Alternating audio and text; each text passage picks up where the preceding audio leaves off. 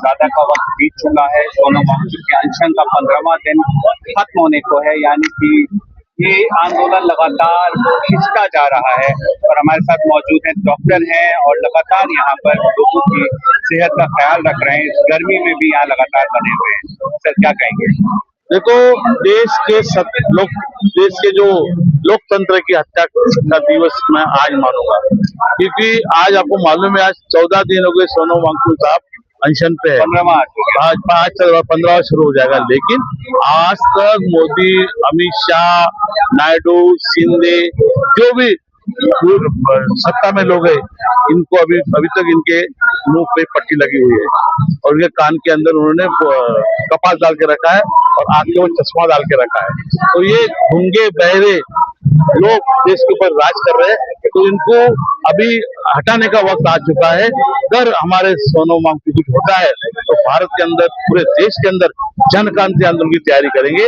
जैसे कि अंग्रेजों ने हमारे पूर्वजों को भगाया, हमारे पूर्वजों ने अंग्रेजों को भगाया था, वैसे ये काले अंग्रेज हमारे देश के ऊपर ब्रिटिश तरह का राज करना चाहते हैं। तो इसीलिए मैं देशवासियों को अपने यहाँ से अपील करता हूँ, आज हम यहाँ पर बैठे हैं, लेकिन आपको आपके गांव के अंदर रास्ता रोको, आपके गांव के धरना प्रदर्शन, आपका रेल रोको, आपको आपकी जगह पर जहाँ जहाँ आप इस हमारे अनशन वालों को देखते होंगे, हमारे आंदोलन देखते होंगे, तो आपका भी अधिकार है, आपका शिक्षा का अधिकार जा रहा है, आपका स्वास्थ्य का अधिकार जा रहा है। आप महंगाई बहुत हाई चरण पे, बेरोजगारी हाई चरण पे, फिर भी हमारी सरकार इसके बारे में सोच दे रही है। फिर उनको पड़ा है राम मंदिर कर रहे हैं। राम मंदिर का भी उन्होंने पैसा चुरा के देश को राम मंदिर को खोखला कर दिया। इन्होंने टैक्स का पैसा चुराते, ये जीएसटी का पैसा चुराते और हमारे पैसे में जीते और आज हमारे लोगों को गुलाम करने के लिए काम कर रही है।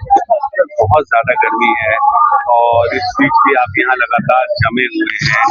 महाराष्ट्र से आप आए, आपने पिछले इंटरव्यू में बताया था हमें, तो क्यों वापस नहीं जाने का सोच के यहाँ पर रुकने के पीछे वजह है? देखो, मेरे देश का गरीब किसान, मेरे देश का मजदूर, मेरे देश का जो ठेके में काम करने वाला इंसान, उसके आज इतनी महंगाई, इसकी हालत खराब है तो वो घर को एक वक्त खाना नहीं ला सकता है, तेल नहीं खरीद पाता है, आटा नहीं खरीद पाता है, डाटा नहीं खरीद पाता है। ये सब महंगाई की वजह से मैं अगर घर जाके सो भी जाऊंगा इसी में, तो मेरे समाज की तरफ देखेगा कौन? तो बाबा साहब ने कहा था कि मेरा संविधान इतना अच्छा है, इतना अच्छा है, अच्छे लोगों के हाथ में जाएगा तो मेरे देशवासियों का कल्याण होगा, अच्छा होगा। लेकिन हमारे देशवासियों को इन्होंने मजबूर करके गुलाम करने के लिए इस संविधान का मिसयूज कर रहे हैं और संविधान के माध्यम से ये हमारा शोषण कर रही है और शोषक की शासक बन चुके हैं। इसीलिए मैं यहाँ पर से हटना चाहता नहीं हूँ। अगर मैं देशवासियों को दे नहीं पाऊंगा, ना मेरे पास ना कोई संसदीय की मंत्री, ना कोई मैं नेता हूँ, ना मैं अभिनेता हूँ, लेकिन मैं देशवासियों को इस आंदोलन के माध्यम से कुछ समझाना चाहता हूँ। अभी भी जागो, आप घर में सो मत। आपका बच्चों का शिक्षा का जो स्तर पूरा गिर चुका है। आज पूरे भारत के अंदर 2, 3, 4, 5, 15 हजार, 1-1 लाख स्कूल बंद हो रही है, प्राइमरी स्कूल जहाँ हमारे बच्चे पढ़ते हैं। उसकी वजह से मुझे यहाँ से हटने की इच्छा होती नहीं है। आज महंगाई इतनी चरण पे कि हमारे बच्चे एक वक्त के ऊपर सिलेंडर का भाव डबल हो चुका है, गैस का भाव डबल हो चुका है, आटा का भाव डबल चुका है, आपके पेट्रोल का भाव डबल हो चुका है। हर चीज में इन्होंने देश से अपने गद्दारी की और देशवासियों के साथ में गद्दारी की है। इस गद्दारी की वजह से मुझे समाजवासी, भारतवासियों को, जो भी हर समाज का, हर तबके का जो गरीब होगा, जो शोषित होगा, उसके ऊपर अत्याचार अन्याय बढ़ रहे, रेप बढ़ रहे, मारामारी बढ़ रही है, तो वो की जमीन जायदाद छीने जा रही है। ऐसे सरकारें हमने 70 साल में कभी देखी नहीं है। इसके बदले हमारा देश सोने की चिड़िया था, तो हमारा आज देश कोयले की खदान हो चुका है। सर, एक सवाल ये है कि बहुत सारे यहाँ पर जो स्टूडेंट्स हैं या बाकी लोग हैं, उनकी तबीयत भी खराब होती है, तो कैसे आप लोग इसको देख करते हैं, क्या करते हैं?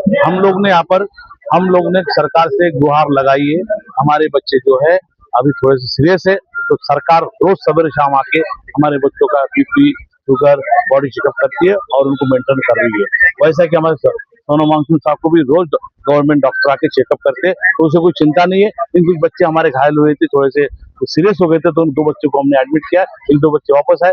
ऐसी कोई घटना घटी नहीं कि जो हमारे बच्चे नुकसान हो गए। लेकिन जैसे 700 लोग हमारे किसान लोग के मारे गए थे, फिर भी इसके बाद में इन्होंने किसान कानून लगाया नहीं। इसलिए ये बच्चों को कुछ होता है तो पूरे भारत के युवा, भारत के इनके माता पिता, जो बच्चे स्कूल में केजी से पढ़ने वाले 10वीं पढ़ने कॉलेज में पढ़ना, ग्रेजुएट पढ़ना के माता पिता को मैं ऐसे आह्वान करता हूँ, अभी आपको जागना चाहिए और जागरूक होना चाहिए, और इस देश के सरकार के विरोध में आपको जहाँ गांव में, जो देहातों में या जिलों में ताकत भर के आपको कहा है कि इनके विरोध करना चाहिए, ताकि आने वाले आप बच्चों की शिक्षा बचे, स्वास्थ्य बचे, संवैधानिक अधिकार बचे, और वोट लोकतंत्र बचे और वोटों का अधिकार बचे। Thank you so much. Thank you.